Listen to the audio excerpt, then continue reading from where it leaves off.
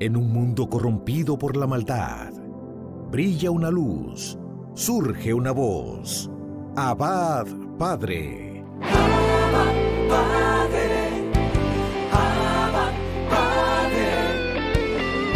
Queremos escuchar tu voz. Abba, Padre. Abba, Padre. Dame tu espíritu, Señor. Abba, Padre. Abba, Padre. Queremos escuchar tu voz. Y ya con ustedes, sus anfitriones. Hoy damos la bienvenida a tu programa Abba Padre Internacional, recordándote que Dios nos da los mandamientos, pero también nos da su espíritu. Tenemos que cumplir en espíritu y en verdad. Invoquemos el espíritu del Señor. Gracias a Luis Espinal y a todo el equipo de Abba Padre por permitirme estar una vez más en este programa. Dice Romanos 5:5 que Dios ha derramado su amor en nuestros corazones con el Espíritu Santo que nos ha dado. Por eso podemos decir que el Espíritu de Dios, el Espíritu Santo, es el amor de Dios derramado en nuestros corazones. Por eso quiero invitarte hoy a que pidamos juntos a Dios que derrame una vez más su amor en nuestros corazones. Qué hermoso tener el amor de Dios derramado como el agua en nuestros corazones. Vamos a pedirle con esta sencilla melodía que Él derrame su amor en nuestros corazones. Cierra tus ojos allí donde estás, en ese lugar. Entra dentro de ti y pidámosle juntos al Padre, en el nombre de Jesús, que derrame su amor, el Espíritu Santo en nuestros corazones. Derrama tu misericordia aquí. Derrama tu misericordia aquí. Derrama tu misericordia aquí, Señor. Invócalo conmigo. Derrama tu misericordia aquí. Derrama tu misericordia aquí. Derrama tu misericordia aquí, Señor. Vamos a invocarlo una vez más. Derrama tu misericordia aquí. Derrama tu misericordia aquí. Derrama tu misericordia aquí, Señor. Padre, te pedimos en el nombre de tu Hijo Jesús, el amado, que una vez más derrames en nuestros corazones de hijos adoptivos tu amor, el Espíritu Santo, que es tu amor derramado en nuestros corazones. Porque si tú eres el que ama, si Jesús es el amado, el Espíritu es el amor derramado. Te pedimos, Señor, que derrames tu amor una vez más en nuestros corazones. Como el agua se derrama, Señor, derrama tu amor en nuestros corazones. Derrama tu misericordia aquí. Derrama tu misericordia aquí. derrama tu misericordia aquí. Señor,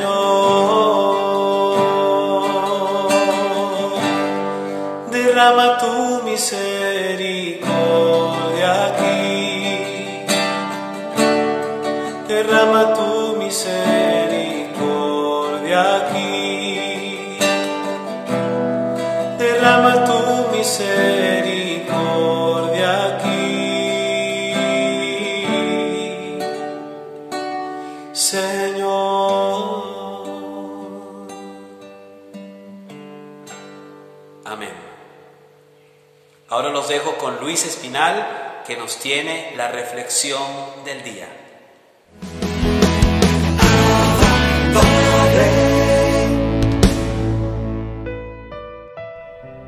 Bien, mis hermanos, ahora vamos a reflexionar sobre el Evangelio según San Mateo, capítulo 5, versos del 17 al 19.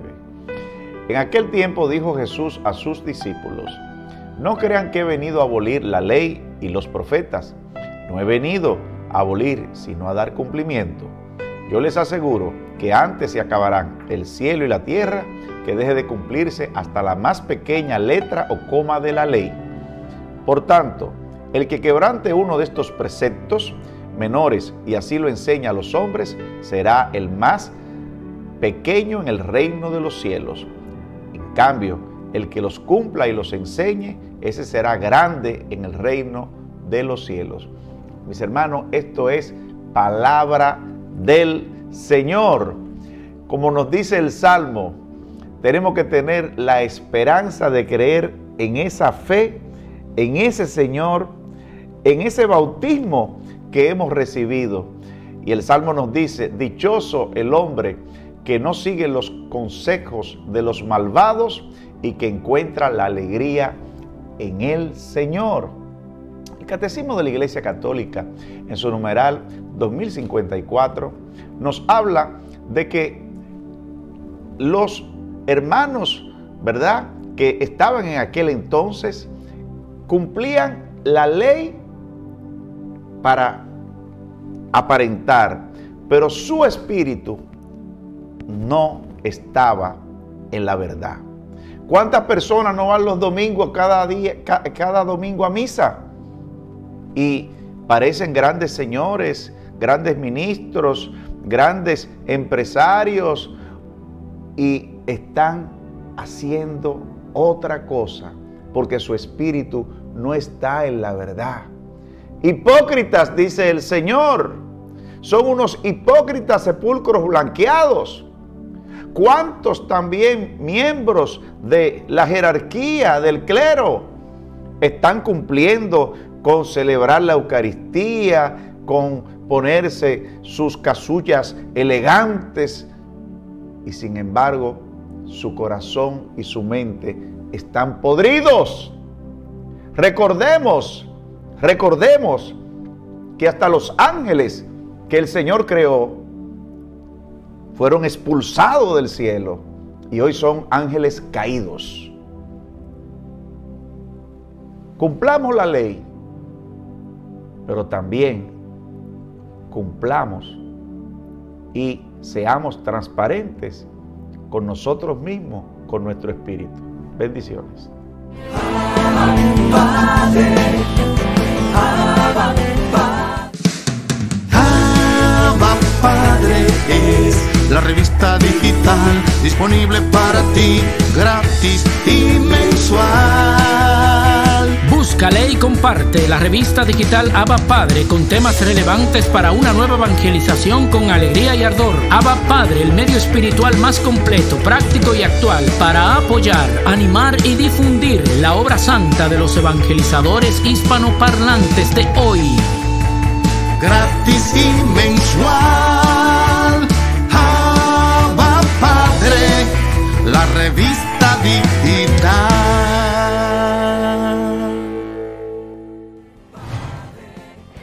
Los santos y santas han sido seres extraordinarios, no solo porque han cumplido con la ley, sino porque han vivido la ley del Espíritu. Ariel Céspedes con el Santo del Día. Bendiciones, mis queridos hermanos y hermanas en el Señor. Mi nombre es Ariel Céspedes Vargas y hoy 10 de marzo la Iglesia celebra el día de San Juan de Mata. Escuchemos qué podemos aprender de su vida. Este santo es el fundador de la comunidad de la Santísima Trinidad o Padres Trinitarios, que tiene 74 casas en el mundo con 580 religiosos. Nació en Francia, en los límites con España, en 1160. Durante sus primeros años se dedicó a los estudios de bachillerato y a la equitación y al deporte de natación. Pero las dos actividades que más le agradaban era la oración y el dedicarse a ayudar a los pobres. Frecuentemente se retiraba a una ermita alejada del pueblo y allí pasaba varios días dedicados a la meditación.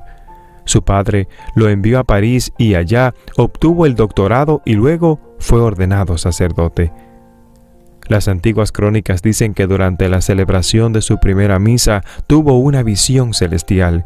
Vio a unos pobres cristianos prisioneros de los maometanos y con peligro de renunciar a su religión, y observó como un religioso vestido de blanco y con una cruz roja y azul en el pecho los liberaba y los salvaba de perder su fe. Con esto creyó sentir una invitación celestial a fundar una comunidad para libertar cautivos.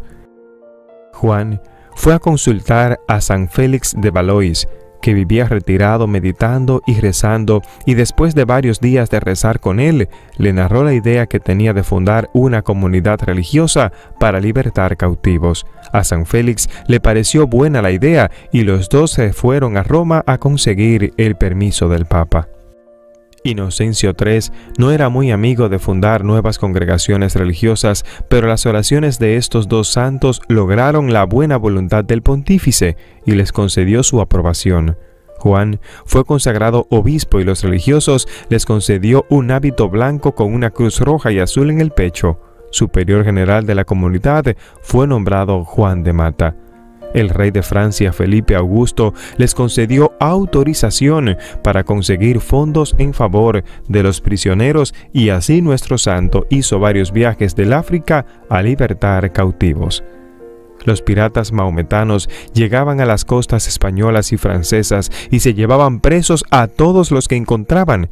Y había el grave peligro de que aquellos pobres esclavos, en medio de tan terribles sufrimientos, renegaran de su fe para que no los trataran mal. Por eso, San Juan de Mata se propuso rescatarlos. En el año 1201, Juan de Mata y sus religiosos lograron rescatar en Marruecos 186 prisioneros cristianos. Al año siguiente, en Túnez, rescataron 110 prisioneros.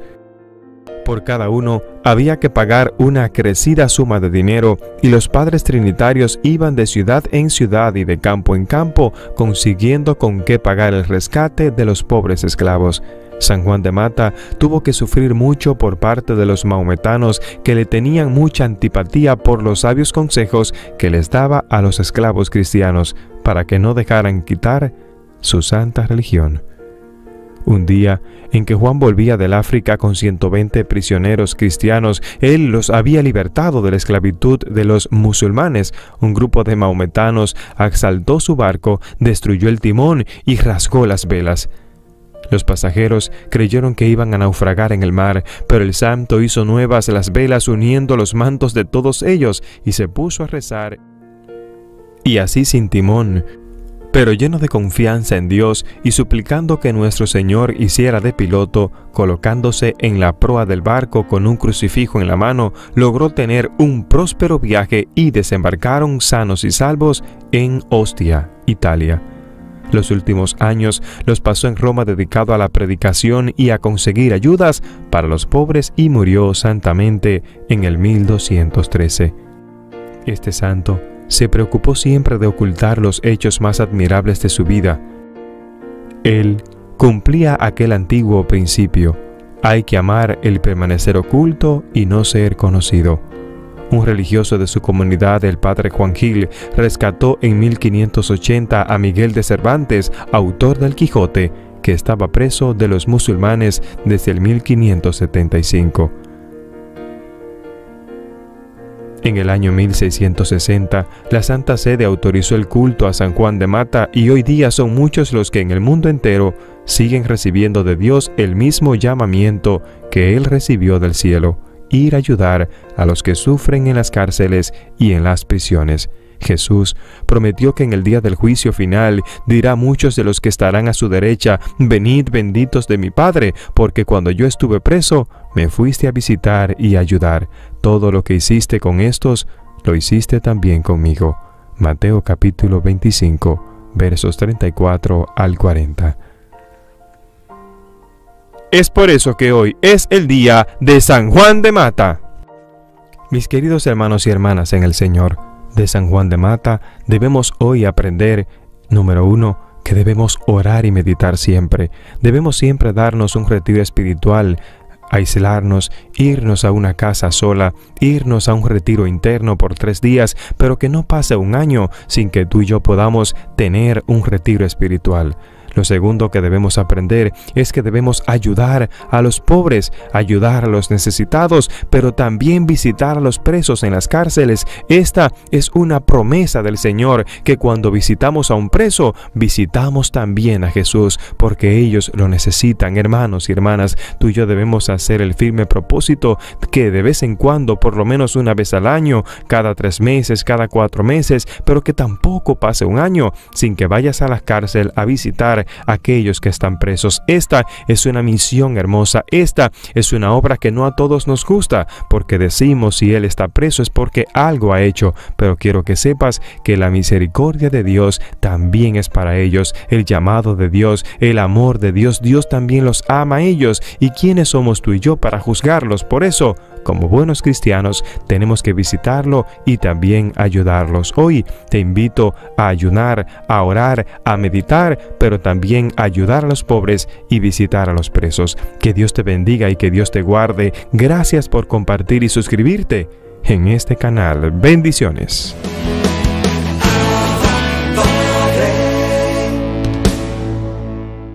Conocer la persona del Espíritu Santo es ir profundizando en el misterio de esa Trinidad que nos habla de un Padre, de un Hijo, de un Espíritu Santo. El Padre Osman Maldonado nos trae el segmento Conociendo la persona del Espíritu Santo. Gracias, hermano Luis Espinal, y lluvia de bendiciones a todos los que sintonizan Abba Padre Internacional. Estamos profundizando en la palabra de Dios. ¿Quién es el Espíritu Santo para el apóstol San Pablo? Y lo último que decíamos era que el Espíritu Santo para el apóstol San Pablo también es el Espíritu de la promesa.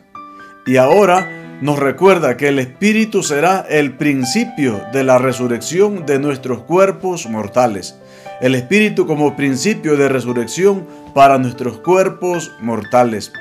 Y nos dice en 2 de Corintios 1, 21-22, y es Dios el que nos conforta juntamente con vosotros en Cristo, y el que nos ungió, y el que nos marcó con su sello, y nos dio en arras el Espíritu en nuestros corazones.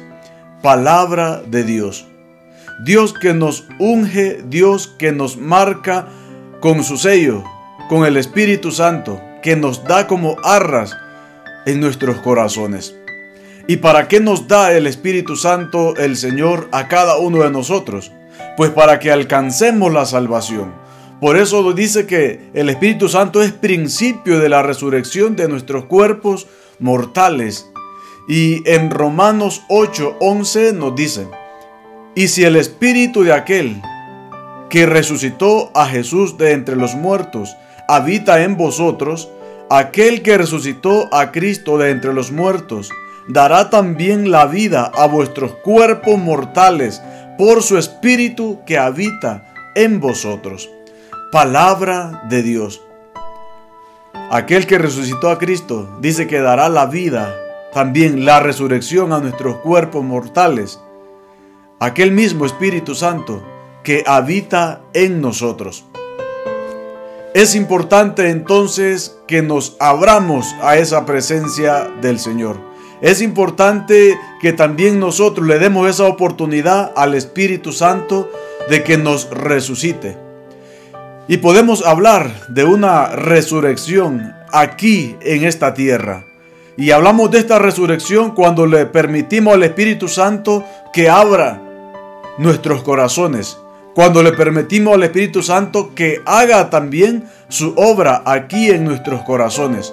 Cuando nosotros permitimos que el Espíritu Santo venga sobre cada uno de nosotros y nos envuelva con su gracia y nos envuelva con su luz, es ahí cuando entonces podemos hablar de una cierta resurrección en nuestra vida. ¿Por qué? Porque existe la conversión.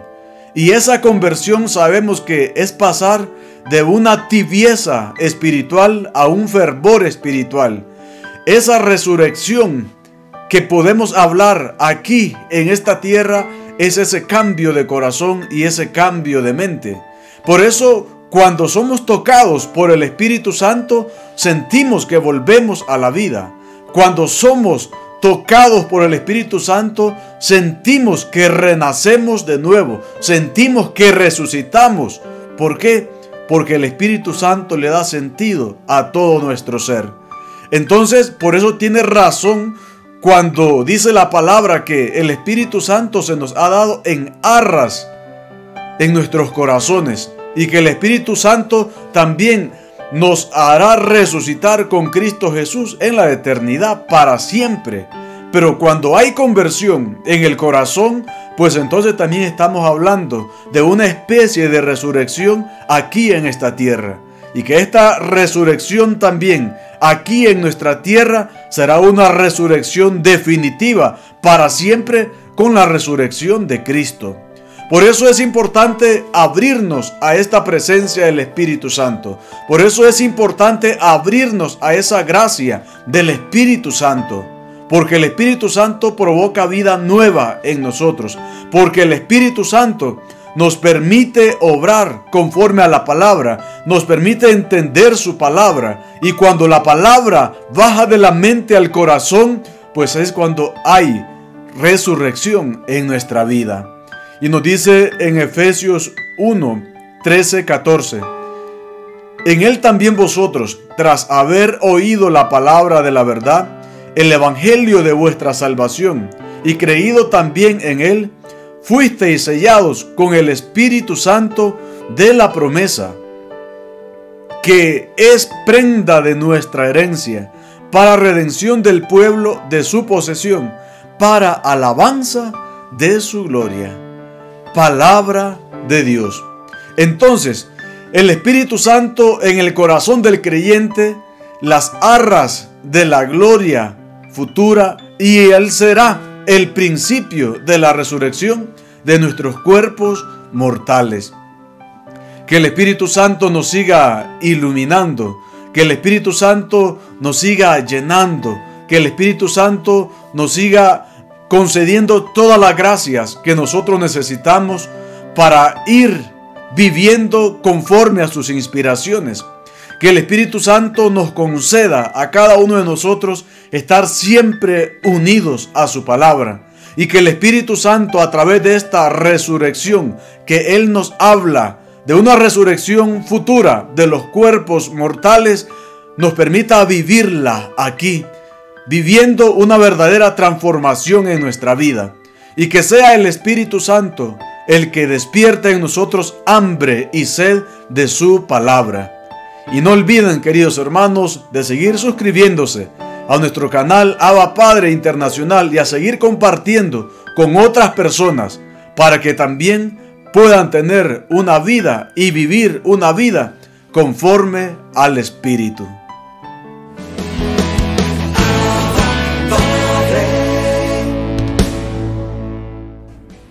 El fraile capuchino, experto en acompañamiento espiritual, Fray Jorge Jiménez, nos regala el segmento Paz y Bien. Paz y bien. Comenzamos saludando al Señor como solía hacerlo San Francisco. Te adoramos, Señor Jesucristo, también en todas tus iglesias que hay en el mundo entero, y te bendecimos porque por tu santa cruz redimiste al mundo. Continuamos la serie de reflexiones dedicadas a conocer mejor a Francisco a partir de su testamento. En este segmento retomamos y concluimos el comentario del fragmento del testamento que hemos estado reflexionando en los dos segmentos anteriores. Específicamente comentaremos las siguientes palabras de Francisco. Y lo hago por esto, porque nada veo corporalmente en este siglo del mismo Altísimo Hijo de Dios, sino el santísimo cuerpo y su santísima sangre, que ellos reciben y ellos solos administran a los otros. Francisco en estas palabras hace referencia explícita al tema del vínculo estrecho que él contempla entre el sacerdocio y el sacramento eucarístico. De este modo pretende explicar con mayor claridad el fundamento de su fe en los sacerdotes, a quienes considera sus señores, y que consiste en que los sacerdotes resultan, en función de su ministerio ordenado, los administradores exclusivos del sacramento eucarístico, que es lo único visible de Jesucristo en este mundo. Así pues, sacerdocio y Eucaristía resultan para Francisco un inseparable misterio de gracia. El tema del sacerdocio siempre lo une al tema eucarístico. Para él los sacerdotes resultan primordialmente los únicos que pueden consagrar y administrar la Santísima Eucaristía, que a su vez les resulta lo único que puede ver corporalmente de Cristo en esta vida. Francisco también expandirá esta visión a un nivel más amplio en la fundamentación de su fe eclesial. La Iglesia se torna para él un don divino de un valor inestimable, pues considera que solo en la Iglesia, específicamente a través del ministerio sacerdotal, puede encontrar el Cristo presente en el sacramento eucarístico. En fin, la fe eucarística de Francisco se encuentra en la base de su fe eclesial y su fe en los sacerdotes. Además, este vínculo estrecho que contempla Francisco entre el sacerdocio y la Eucaristía aparece en otros escritos suyos. Por ejemplo, en una carta con destino universal, Francisco va a insistir en fundamentar su fe eclesial y en los sacerdotes en función del ministerio ordenado de estos y del sacramento eucarístico que los mismos administran. Por ejemplo, en la segunda carta a los fieles, que dice: debemos también visitar las iglesias frecuentemente y venerar a los clérigos y reverenciarlos, no solo por ellos, si son pecadores, sino por el oficio y administración del santísimo cuerpo y sangre de Cristo, que sacrifican en el altar y reciben y administran a los otros. Y sepamos firmemente todos que nadie puede salvarse sino por las santas palabras y la sangre de nuestro Señor Jesucristo, que los clérigos pronuncian, anuncian y administran. Por otra parte, de las palabras del testamento que estamos comentando, resulta oportuno resaltar dos expresiones de Francisco que deben considerarse muy significativas, y que han de ser comprendidas en el contexto eclesial de la época. La primera expresión significativa de Francisco a destacar son las palabras «veo corporalmente». Una posible reacción al leer estas palabras sería preguntarse el por qué Francisco añade aquí el adverbio corporalmente al verbo ver, pues podría parecer sobreabundante. Sin embargo, Francisco pretende dejar claro que se refiere al ver con los ojos corporales, y por eso coloca el añadido. De hecho, Francisco en su primera admonición se refiere a otro tipo de visión al reconocer la posibilidad de ver y creer con ojos espirituales o según el Espíritu, como fue el caso de los apóstoles, que vieron corporalmente al Jesús histórico, viendo y creyendo que era Dios. Así pues, ver corporalmente no es lo mismo que ver y creer espiritualmente, pues en este último se ha pasado a ver y creer según el Espíritu, trascendiendo lo meramente corporal. Pero en el fondo no hay una contraposición excluyente entre ambos, sino que ésta está entre el ver corporalmente sin ver y creer según el Espíritu, con el ver corporalmente, viendo y creyendo según el Espíritu. De por sí, para ver y creer espiritualmente, hay que ver corporalmente. En palabras de Francisco, y refiriéndose explícitamente al sacramento eucarístico, queda explicado de la siguiente manera: de donde todos los que vieron al Señor Jesús según la humanidad, y no vieron y creyeron según el Espíritu y la divinidad, que Él era el verdadero Hijo de Dios, se condenaron. Así también ahora todos los que ven el sacramento, que se consagra por las palabras del Señor sobre el altar por mano del sacerdote en forma de pan y vino, y no ven y creen según el Espíritu y la divinidad, que sea verdaderamente el santísimo cuerpo y sangre de nuestro Señor Jesucristo, se condenaron. Y además, y como se mostró a los santos apóstoles en carne verdadera, de la misma manera también ahora se nos muestra a nosotros en el pan sagrado.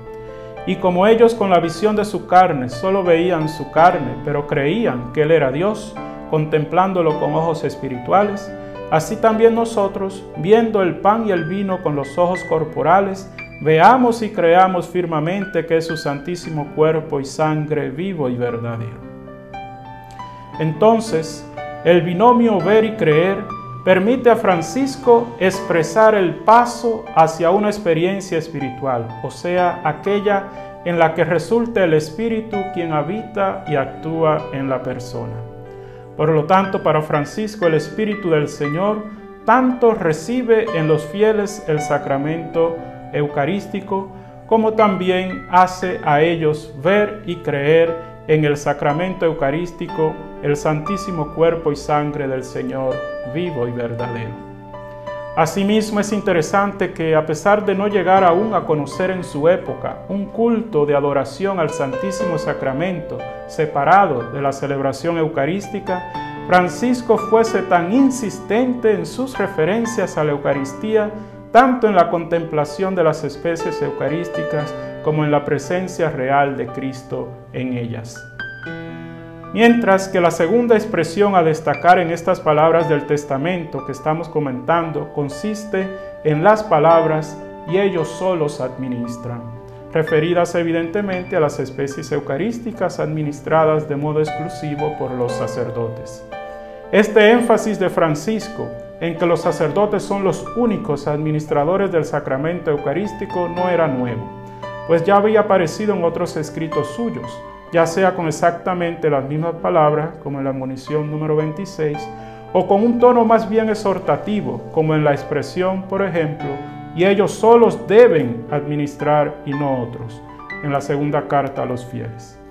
Quizás la insistencia de Francisco respecto a este punto se debía a que el mismo Concilio de Letrán IV lo había enfatizado al afirmar en su primera constitución que el sacramento eucarístico no podía administrarlo nadie que no fuese sacerdote. Francisco entonces recordó y defendió con fervor hasta el final de su vida las enseñanzas del Concilio de Letrán IV respecto al sacramento eucarístico y el ministerio sacerdotal. Así, de este modo, concluimos aquí el actual segmento, en el que hemos comentado las palabras de Francisco. Y lo hago por esto, porque nada veo corporalmente en este siglo del mismo Altísimo Hijo de Dios, sino el santísimo cuerpo y su santísima sangre, que ellos reciben y ellos solos administran a los otros. Paz y bien.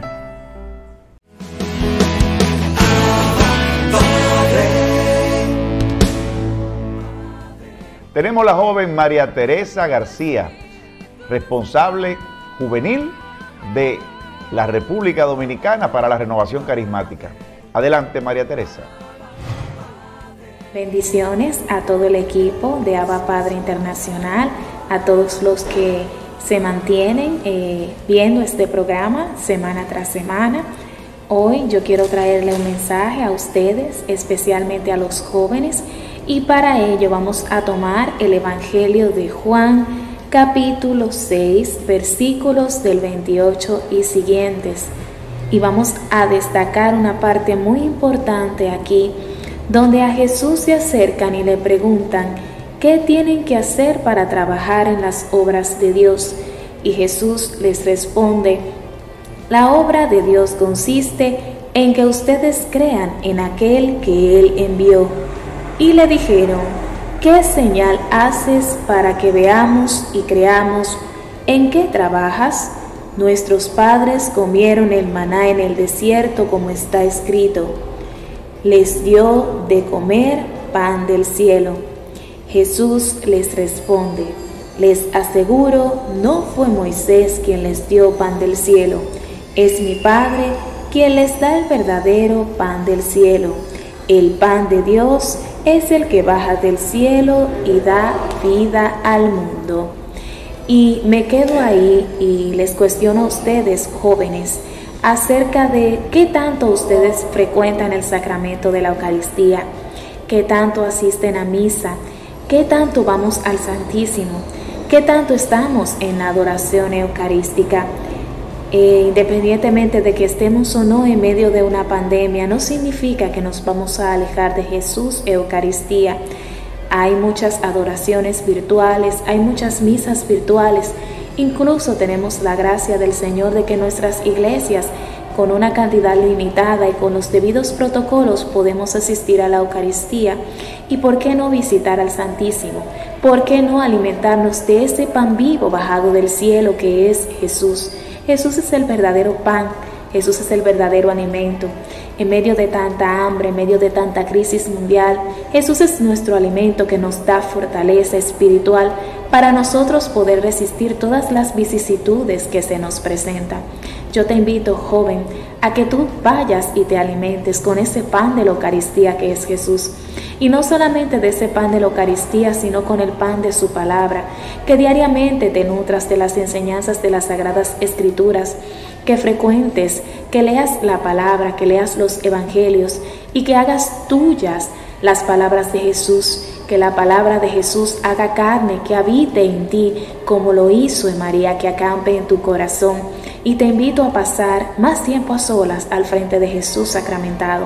Te aseguro que no te vas a arrepentir y que con las fortalezas espirituales que vas a salir, vas a poder vencer cualquier circunstancia que se presente. Que el Señor te bendiga, joven, y que diariamente te dé ese amor por su palabra y ese amor por la Eucaristía, y que puedas decir como San Pablo: no soy yo quien vive en mí, sino Cristo que vive en mí. Bendiciones grandemente de lo alto.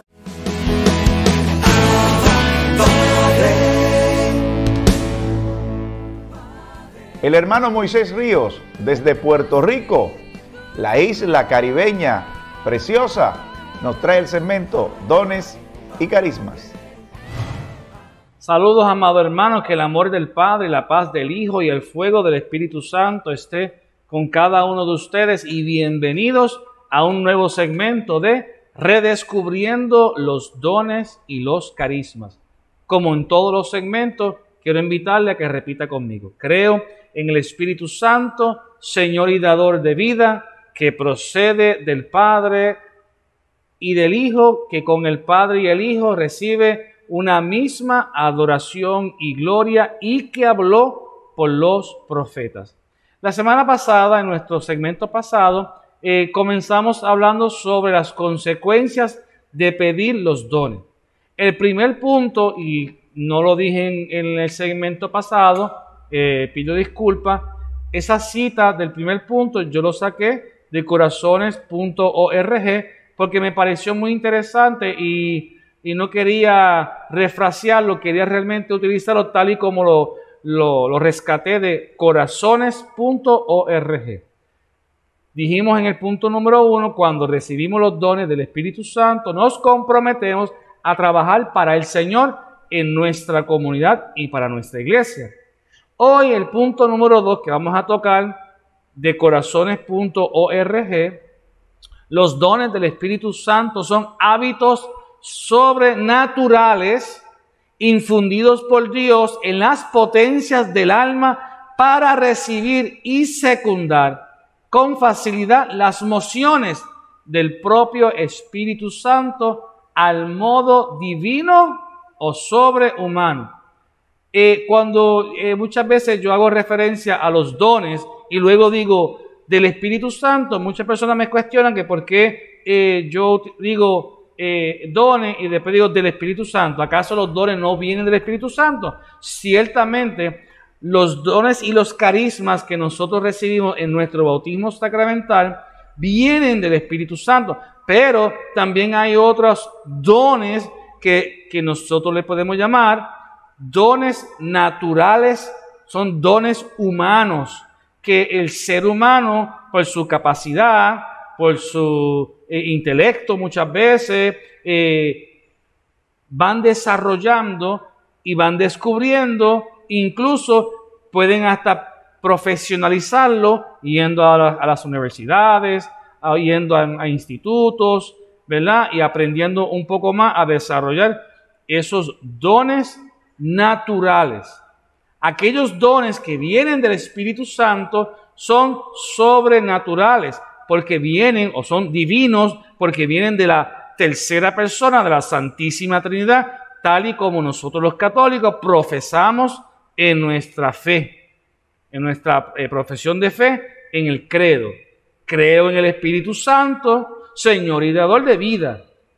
Entonces, ¿qué significa eso? Que el Espíritu, los dones y los carismas que vienen del Espíritu Santo no son dones humanos. ¿Qué sería un don humano? La música. Yo puedo desarrollar humanamente la destreza de tocar una guitarra y la puedo tocar hermosamente. Y eso es un don natural. Ese don yo lo puedo desarrollar en la medida en que yo vaya practicando, en la medida en que yo ensaye con otros músicos, en la medida en que yo estudie en alguna academia, en algún instituto, que me enseñen a leer música, que me enseñen nuevos tonos, nuevas formas de tocar la guitarra. Yo puedo desarrollar esos dones humanamente. ¿Qué hace el Espíritu Santo entonces cuando una persona llega con un don natural?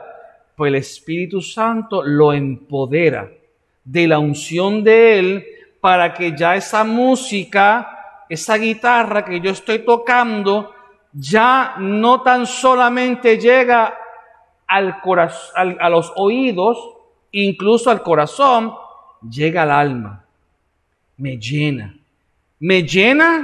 y me lleva. La música en el Espíritu Santo me llena y me lleva. Repítelo conmigo, hermano. La música en el Espíritu Santo me llena y me lleva. Si tú cantas para el Señor y la música que tú estás cantando no llena ni lleva, estás utilizando un don natural para servirle al Señor.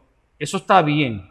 Tú tienes un don natural y lo pones a la disposición del Señor. Eso está correcto, perfecto, es hermoso. No obstante, si te quedas en lo humano, tocarás lo humano. No llevarás a nadie arriba. Pero cuando tú pones tus dones naturales, y vuelvo y repito, esto es una de las consecuencias. Podríamos decir que dentro de este punto 2 de las consecuencias, este es punto A. Punto 2A.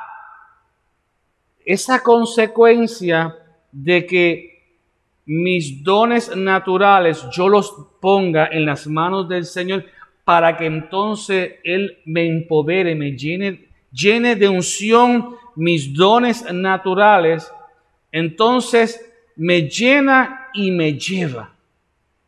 Una música muy hermosa y bien tocada puede llenar, pero una música con la unción del Espíritu Santo te llena y te lleva a la presencia del Señor.